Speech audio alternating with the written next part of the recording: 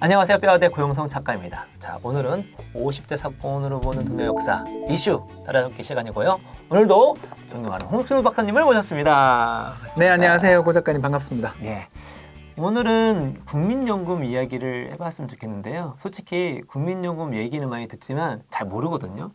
근데 잘 모르는데 우리가 뭐 수익률이 어쩐네 저쩐네 얘기하는 경우가 많은데 국민연금 그리고 국민연금 수익률 등등에 대해서 우리가 이 정도까지는 알았으면 좋겠다 하시는 부분에 대해서 말씀해 주시면 고맙겠습니다. 네, 국민연금 공부는 상당히 좀 중요한데요. 이유는 두 가지 때문입니다. 하나는 우리 인생이랑 연관돼 있잖아요. 그렇죠. 그러니까 국민연금이 어떻게 수익률을 내고 또 어떻게 운용되는지를 알아야 결국 우리 노후 설계가 되는 거 아니겠습니까? 그러고 보니 우리 박사님은 국민연금에 계셨었죠? 3년 남짓 조금 더 있었다가 나와서 예. 그 국민연금에 오래 계셨던 분들을 보면 저 친구는 잠깐 왔다 간. 그렇게 경험하셨잖아요? 예, 한 3년 남짓한 경험이었지만 많이 배웠고요. 네. 또 제가 적어도 그때 있을 때까지만 하더라도 상당히 능력 있는 분으로 채워져 있는 그 좋은 운용기관이었다. 이렇게 감히 말씀을 드리겠고요. 네. 아무튼 화제로 다시 돌아가서 국민연금의 그 운용이 중요한 이유는 두 가지였죠. 첫 번째는 우리 인생. 그리고 이제 두 번째가 뭐냐면 국민연금이 결론 뒤에서 말씀을 잘 드리겠습니다만 다시 드리겠습니다만 국민연금의 운용 성과나 운용 과정을 아시는 게 우리 재테크에도 굉장히 중요하다. 이 말씀을 이제 드리겠는데요. 왜 오늘 이 주제를 했냐 하면 지난해 국민연금이 역사상 최저 수익률을 기록했습니다. 역사상? 네, 그러니까 국민연금이 1980년대 후반에 생겼고 국민연금 기금은 99년에 생겼거든요. 그래서 정상적인 수익률은 한 2000년부터 일단 국민연금의 수익률을 봐야 되는데 네. 그 뒤로 최악의 성과를 기록했던 해가 2008년 글로벌 금융위기였는데 네. 그때 마이너스 0.2%였어요. 글로벌 금융위기 때 마이너스 0.2%. 좀 잘한 거 아니에요? 굉장히 잘했는데 지난해 연말에 국민연금의 수익률을 보니까 마이너스 0.92%. 이상하죠. 벌써 느낌이 오십니다. 왜 2008년 글로벌 금융위기보다 작년 수익률이 더 나빴는데 그러게요. 그게 또 역사상 최악 수익률이라고 해서 뭐 엄청 많이 망가졌을 줄 알았더니 그것도 아니고 0.9%. 또 그러고 보니 그렇네요. 왜 그러냐 하면 0.1이 지금 1%가 안 된다는 거잖아요. 1%가. 예, 그러니까 작년에 국내 주식 코스피 지수가 2,600에서 시작해가지고 한때 2,000이 깨지는. 그리고 미국의 나스닥이나 S&P 500 같은 글로벌 핵심적인 주가 지수들도 다 10%, 20% 빠졌고 2018년도에 예, 더 나가서 상해 종합은 뭐 27%, 28% 빠지는. 그렇죠. 그러니까 그런 끔찍한 주가 폭락이 있었는데도 거꾸로 이야기하면 국내외 주식시장이 다 고생했는데도 이 정도로 선방한 것도 참 신기한. 그러니까 우리가 이게 선방인 거를 좀 알아야 되겠네요. 왜냐면 그냥 마이너스면 마이너스야 했지만 다른 거는 더 많이 힘들었으니까. 네, 왜 그러면 선방했는가 이제 그 이유를 좀 설명을 드리자면. 그러니까 좀 역대 최저인데 그거는 선방한 거라 말씀하시는 거잖아요. 예, 그렇습니다. 그래서 2008년에는 그러면 왜 마이너스 0.2%밖에 안 났어요? 그러면 그때는 환율이 급등해서라고 말씀을 드릴 수밖에 없습니다. 환율 900원 있다 1,500원 갔잖아요. 예. 그래서 해외 자산에 투자해 놓은 데서 환차익이 어마어마하게 발생했는데 작년에 우리나라 환율 뭐 올랐다 그래 봐야 1,050원 정도 바닥치고 1,150원 정도 100원 오른 데 그치니까 해외 투자에서 발생했던 주식가 하락의 손실을 환율 상승으로 커버를 못했다. 그 박사님 말씀하셨던 뭐 자산 배분과 좀 연결이 된 것 같기도 그렇습니다. 합니다. 예, 그래서 지난해 자산군별 수익률을 한번 조사를 해봤더니 코스피 같은 경우는 아까 말씀드린 것처럼 마이너스 17.3%. 끔찍하고요. 그리고 MSCI EM, 다시 말해서 이머징 마켓의 약자가 EM인데요. EM 시장, 전체 개도국 시장의 저가 수익률은 마이너스 16.6%. 아이고야. 여기도 심각했고요. 비슷했네요. 그리고 MSCI 월드 이러면 이제 전 세계 선진국 지수인데 예. 이건 마이너스 10.4%. 선진국 도망갈 데가 없었습니다. 그리고 그러네. 해외 국채, 미국 국채에 투자를 해서 좀 성과를 내면 좋은데 미국 국채 수익률이 연 0.9%밖에 안 나왔어요. 자, 그런데 어떻게 해서 마이너스 0.9%밖에 안 나왔냐. 이게 이제 오히려 신기한데 바로 뭐냐. 바로 그 이유는 전체 자산의 48.7%에 달하는 어마어마한 비중을 투자하려고 있는 국내 채권의 수익률이 플러스 5.8%였다. 답이 이제 나왔죠. 자, 다시 하겠습니다. 국민연금 전체의 파이를 보면 전체 자산에서 한 50% 가까이를 어디다 투자한다? 국내 채권에 투자한다. 국내 채권에. 그리고 두 번째 17% 정도를 국내 주식에 투자한다. 그리고 세 번째 18% 가까이를 해외 주식에 투자한다. 그리고 나머지는 해외 채권 그리고 대체 자산. 대체 자산이 이제 부동산이라든가 상품이라든가 헤지 펀드라든가 또는 인프라 같은 이런 데 투자하는 게 대체 투자 상품이죠. 물론 이제 국내 개인들은 사실 대체 투자 상품에 투자하기가 좀 어려운 건 인정하는데 그렇다 하더라도 투자의 길들, 리츠나 이런 것들이 생기고 있으니까 달라지겠죠. 아무튼 제가 방금 말씀드린 이런 자산 배분의 흐름들을 생각해 보았을 때 지난해 국민연금이 상당히 잘 방어했다라는 걸 금방 알 수 있고 그 잘 방어한 이유는 운용을 잘해서라기보단 그것도 잘했겠죠. 네. 그러나 자산 배분을 굉장히 자산 배분을 안정적으로 잘했다. 잘하고 있다. 이렇게 말씀을 드릴 수가 있겠습니다. 이제 조금 더 이야기를 진전시켜서 우리는 그런데 다른 연기금들은 어땠을까? 이거 궁금하지 않으세요? 그렇죠. 그것도 중요하잖아요. 은근히 라이벌이잖아. 그게 제 라이벌이라서가 아니라 우리는 박사님은 그렇게 생각 안 하시겠지만 괜히 저희는 국민연금을 하다가도 다른 연기금은 좀 잘하면 기분 좋으니까. 그런 생각 빨리 버리시고 예, 죄송합니다. 선의의 경쟁자들이고 선의의 경쟁자. 그리고 좋습니다. 제가 네. 다른 연기금들하고 비교를 하는 이유는 국민연금 못했다. 이건 알죠. 역사상 네. 최저 수익률이니까. 그런데 같은 기간에 세계 5대 연기금들의 수익률들은 어땠는가를 살펴보면 이거 상당히 흥미롭지 않겠냐. 더 객관적인 평가가 나올 수 있겠네요. 네, 그렇습니다. 그래서 국민연금은 마이너스 0.9%였는데 세계 최대의 연기금은 바로 일본의 국부 펀드 국민연금인 GPIF라는 펀드가 있습니다. 일본. 예, 한 3,000조 정도 되는 운용 자산. 우리가 지금 660조, 670조 정도를 운영하고 5배. 있는 걸 생각하면 3,000조 가까이 되는데요. 이 펀드의 수익률은 지난해 수익률은 마이너스 7.7%. 마이너스 7.7%고요. 거의 우리보다 8배 안 좋았네요. 맞나? 계산을 그렇게 하면 안 돼요. 그러니까 안 돼. 수학을 못해, 산수를 못해. 아무튼 우리보다 안 좋았다. 예, 그리고 ABP 네덜란드 국민연금인데요. 여기는 마이너스 2.3%. 거의 그리고 우리가 잘했네. 그리고 캘퍼스, 그 유명한 캘퍼스 드디어 캘리포니아 교직원 기금인데요. 그렇죠. 여기 같은 경우도 마이너스 3.5%. 아, 그래서 세계에서 두 번째로 큰 연기금이 하나 존재하는데 노르웨이 석유기금이라고 아주 유명한 회사죠. 이 노르웨이 석유기금은 노르웨이 근처의 북해에서 노다지가 터졌습니다. 그렇죠. 바로 석유가 발견된 겁니다. 석유가 발견됐는데 그 석유 수출을 해서 벌어들이는 천연가스 수출을 해서 벌어들이는 돈이 국내로 마구 유입되면 경제에 어떤 일이 벌어질까요? 인플레가 발생하고 경쟁력이 오히려 약화됩니다. 가장 대표적인 게 석유 생산돼서 그렇죠. 어려움을 겪는 나라들에 대해서 우리가 몇 번 말씀드렸으니까 오늘은 간단하게 맞습니다. 하고요. 이런 문제들을 해결하기 위해서 노르웨이는 아주 대단한 결정을 내립니다. 생산돼서 외화를 벌어들인 모든 돈은 국내로 가져오지 않고 해외에서 운용한다. 미래에 석유가 고갈된 다음에 후손들이 이 돈을 기반으로 해서 새로운 사업들, 새로운 미래를 개척해 나갈 수 있는 돈들을 축적하겠다라고 만든 게 바로 노르웨이 석유기금입니다. 이제 노르웨이 석유기금은 어마어마한 성과를 기록하고 있는데요. 실제로 지난 이 뭐라고 할까요? 평균적인 수익률을 역사적인 평균 수익률을 생각해 보면 한 5.8% 정도를 기록합니다. 놀라운 성과. 아니에요, 예, 진짜. 그런데 그 5.8%를 기록할 수 있었던 가장 중요한 배경이 뭐냐면 전체 자산의 60%를 주식에 투자합니다. 근데 이 국민연금은 우리나라 국민연금들은 다 연말에 결산을 하는데 노르웨이 석유기금은 7월 결산이라서 아직 데이터는 안 나왔죠. 그러나 아마 여러 5대 전 세계 5대 연기금. 자, 일본 국민연금, 2 노르웨이 석유기금, 3 한국 국민연금, 4번 네덜란드 ABP, 5 캘리포니아 교직원 기금 캘퍼스 이렇게를 세계 5대 기금이라고 부르는데요. 이게 이제 순위가 우리 5대에 들어가는 거죠? 우리가 세 번째. 사이즈가 일단 세 번째. 우리나라는 곧 2위는 몇 년 안에 2위가 될 겁니다. 그건 나중에 또. 예. 그렇게 높은 순위를 자랑하고 있는 국민연금이 지난해 수익률만 생각을 해보면 전 세계 5대 연기금 중에서 가장 높은 성과를 기록했다라는 걸 한눈에 아실 수 있습니다. 그럼 역대 최저라고 막 이렇게 욕할 수는 없겠네. 더 중요한 게 하나 더 있는데요. 우리 고 작가가 잘 이야기한 것처럼 역사적인 성과도 또 비교를 해봐야 되지 않겠습니까? 지금까지 누적된 거? 그렇죠. 그러니까 네. 연평균 수익률들을 장기 평균 해보면 어떻게 되냐. 이게 더 중요하죠. 네, 그렇죠. 한 해 한 해 잘했다라는 것은 누구나 할 수 있습니다. 그러나 꾸준히 성과를 내느냐가 제일 중요하다고 볼 수 그렇죠, 있겠는데요. 그렇죠. 예. 꾸준한 성과를 비교하기 위해서 2001년부터 2017년, 그러니까 18년에는 노르웨이 석유기금 데이터가 안 나왔으니까. 예.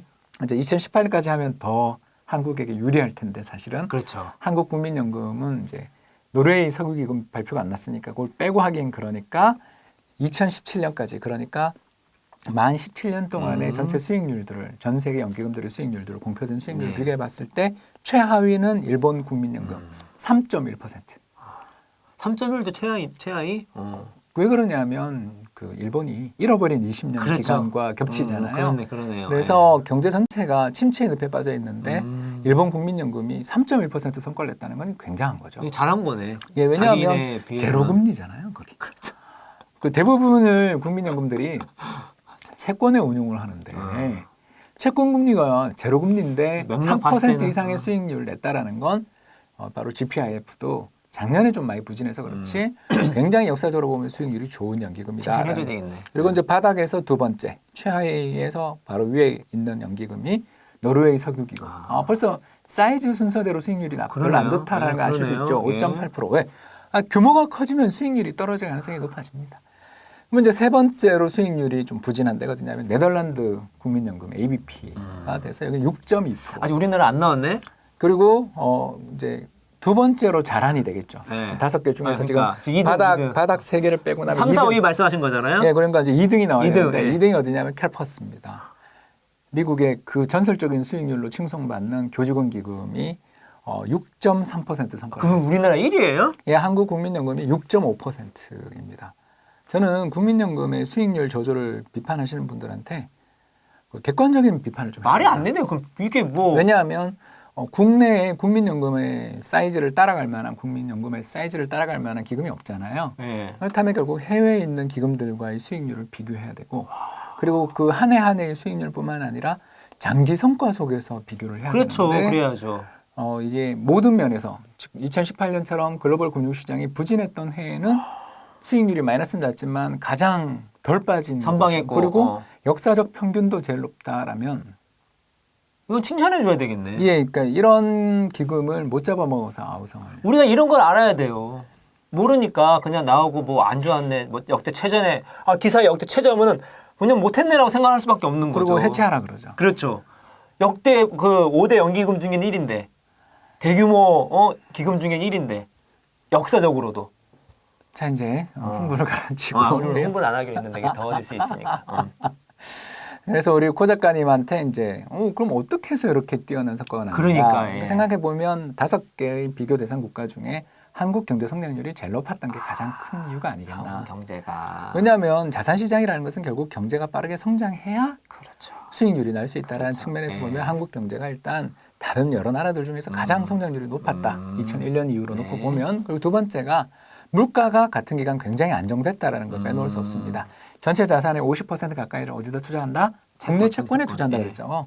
그래서 물가가 안정되고 금리가 떨어지게 되면 자연스럽게 자본 차익이 생깁니다. 예를 들어서 한번 액면가 100원에 10원의 이자를 주는 채권이 있습니다. 네. 그건 A 채권이라고 우리 한번 네. 생각해보죠. A 채권이 있고 그런데 어느 날 물가가 많이 떨어지니까 정부에서 채권을 발행하는데 옛날처럼 100원의 액면가에 그 원금이죠. 원금에 내가 이거 발행을 하려고 그러는데 옛날처럼 10원 안 줘도 채권이 소화가 될 것 같아요. 그러면 자 5원. 자 어떻게 되겠습니까? 이전에 100원의 액면가에 10원의 이자를 주는 채권을 갖고 계시는 분들은 채권 평가액이라는 게 어마어마하게 생기겠죠. 올라가겠네요. 만약에 예. 만기가 없다라고 가정을 한다면 이 채권 가격이 얼마가 돼야 되죠? 200원이 되어야 5% 이자가 되잖아요. 그렇죠, 그렇죠. 그러니까 매년 10원을 주니까 다시 그렇죠, 그렇죠. 100원에 10원을 주면 10%였는데 새로 발행된 지표채권이 새로 발행된 똑같은 신용도를 가진 정부가 동일한 발행 주체가 발행한 채권이 5%까지 떨어졌다면 이전 10%의 채권도 5%까지 채권 금리가 떨어져야 되겠죠. 왜? 사람들이 전부 옛날 A 채권 사고 싶으니까. 그렇죠. 그러면 A 채권의 가격이 올라야 5%가 되는. 왜냐하면 매년 지급하는 이자는 약속이니까 그렇죠. 바뀌지 않아요. 그렇죠. 그래서 채권을 픽스드 인컴, 고정 수익 자산이라고 부릅니다. 결국 예전에 발행됐던 채권들을 많이 가지고 있을수록 고금리의 채권을 많이 가질수록 그 채권의 가격이 최근에 금리 하락 속에서 올랐을 테니까 그 과정에서 평가 차익이 생겼던 측면들도 그렇죠. 네. 놓을 수 있다. 그리고 세 번째가 리밸런싱. 바로 뭐냐 하면 이제 오늘의 주제가 이겁니다. 네. 2008년 글로벌 금융위기와 같은 일이 벌어져서 환율이 900원에서 1,500원 됐어요. 자 그러면 전체 자산에서 그냥 우리 아주 계산을 쉽게 하기 예, 위해서 예. 5대 5로 국내 자산과 해외 자산에 투자를 했다고 생각해 봅시다.